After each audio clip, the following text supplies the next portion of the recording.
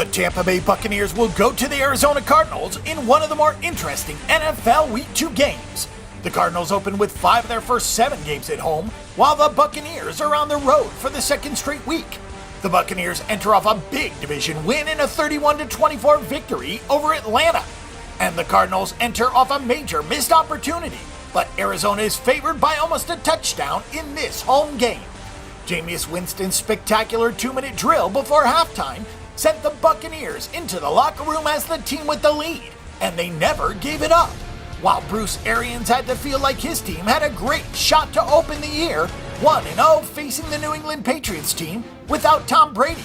But a shanked Chandler Catanzaro moment from 47 yards out dropped Arizona to 0-1 straight up and against the spread in a game they weren't going to cover anyway. The Tampa Bay Buccaneers were actually outgained in yards 374 to 371 in Week 1.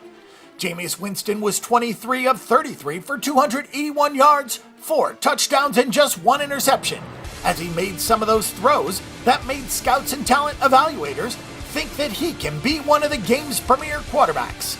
It was a big win for the Bucks because Doug Martin never really got going, with just 62 yards on 18 carries, including 17 on one play. And Tampa Bay was pretty reliant on the running attack last season, but they went out and won a ball game without it. Mike Evans proved impossible to cover, and 8 different receivers caught a ball out of Jameis Winston's 23 completions. He made safe throws and avoided sacks. It was an impressive showing right out of the gate for last season's top draft pick. Containment was a problem for the Buccaneers defense, and that will need to be addressed this week. Tevin Coleman and Devonta Freeman had no success running the football, but the two combined for 115 yards on 9 catches.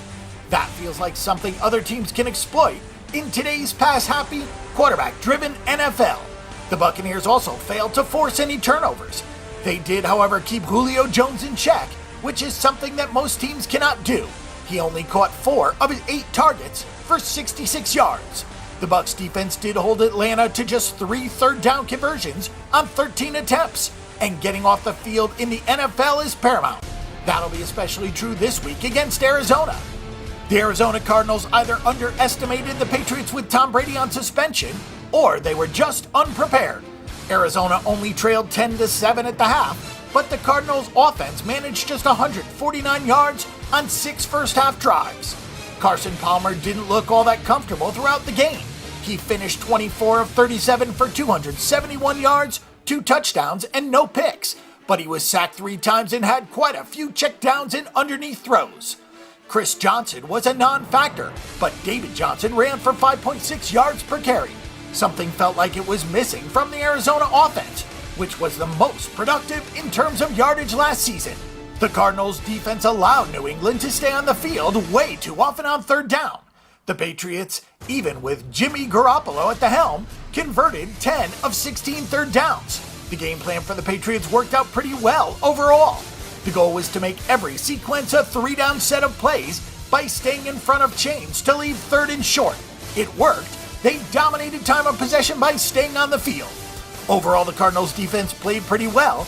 It was death by paper cuts. They stuffed the run, but Garoppolo and the receivers found occasional soft spots in the middle of the field. The Cardinals will still be a very good team, and our advice is to not let games like this cloud your judgment too much early on in the season. This is a long trip for the Tampa Bay Buccaneers, and now we get to see how Dirk Koetter does with 1 week of plan instead of a full offseason.